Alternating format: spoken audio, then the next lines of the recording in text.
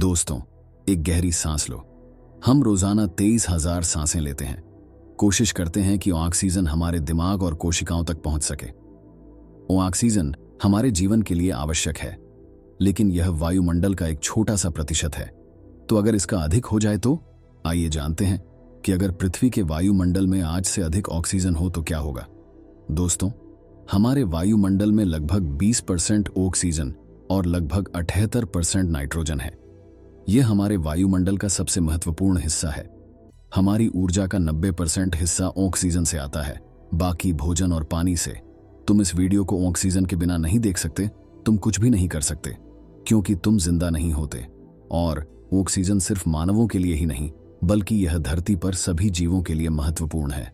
अब दोस्तों, अगर इस महत्वपूर्ण तत्व की मात्रा दोगुनी हो जाए तो क्या होगा। पहली चीज जो तुम्हें दिखाई देगी वह शायद बड़े कीड़े होंगे। कीड़े छोटे ट्यूब ट्रैकिया के माध्यम से सांस लेते हैं। वैज्ञानिकों का कहना है कि अगर इन ट्यूब में अधिक ऑक्सीजन प्रवेश हो तो मकड़ियां और कॉकरोच जैसे कीड़े बहुत बड़े हो सकते हैं। लगभग 300 मिलियन साल पहले प्राचीन काल में पृथ्वी के वायुमंडल में 30% ऑक्सीजन था। उस समय कीड़े बहुत बड़े होते थे, मच्छर हॉक्स के साइज के होते थे, जबकि कुछ मकड़ियां छोटे पक्षी के साइज की होती थीं। धरती के ऑक्सीजन स्तर को दोगुना कर देना मतलब है कि हमारे वायुमंडल में तब से भी अधिक ऑक्सीजन होगी। हमारे कीड़े और भी विशाल होंगे। दोस्तों, ये बड़े कीड़े तुम्हें डरा सकते हैं, लेकिन तुम्हारे पास इन्हें भगाने के लिए बहुत अधिक ऊर्जा होगी। अधिक ऑक्सीजन के साथ तुम्हें महसूस होगा कि तुम में अधिक ऊर्जा है। आज के मानव की सहनशीलता के रिकॉर्ड जल्दी ही टूट जाएंगे। जब सबको अधिक ऑक्सीजन मिलेगा, तुम भी जागरूक होगे।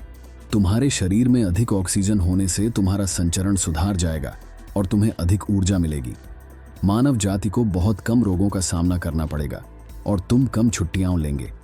इन्फेक्शन से लड़ने वाले इम्यून सेल्स न्यूट्रोफिल्स अधिक होने से तुम स्वस्थ रहोगे। तुम्हें बहुत कम सर्दी होगी। तुम सुपरमैन की तरह महसूस करोगे। लेकिन दोस्तों, थोड़ा सा सब्र। तुम्हारे शरीर को बढ़ाए गए ऑक्सीजन स्तर से कुछ गंभीर लंबी समय तक की स्वास्थ्य समस्याओं का सामना करना पड़ेगा।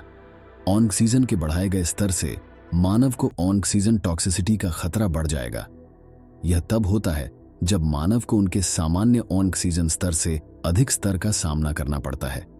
समय के साथ इससे फेफड़ों में खराबी, आंखों में कमजोरी और कोशिकाओं का पुनरुत्पादन न हो पाना जैसी गंभीर समस्याएं हो सकती हैं। ज्यादा ऑक्सीजन शरीर में फ्री रेडिकल्स उत्पन्न करता है। ये फ्री रेडिकल्स शरीर और डीएनए को नुकसान पहुंचा सकते हैं।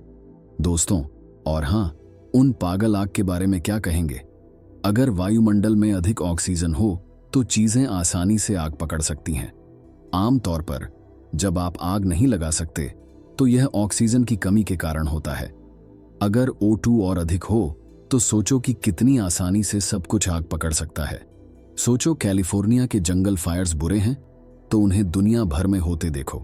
गीली प्राकृतिक सामग्री भी जल सकती है। और धरती के लिए, एक तो हमें बहुत अधिक द्रव्य मिलेगा।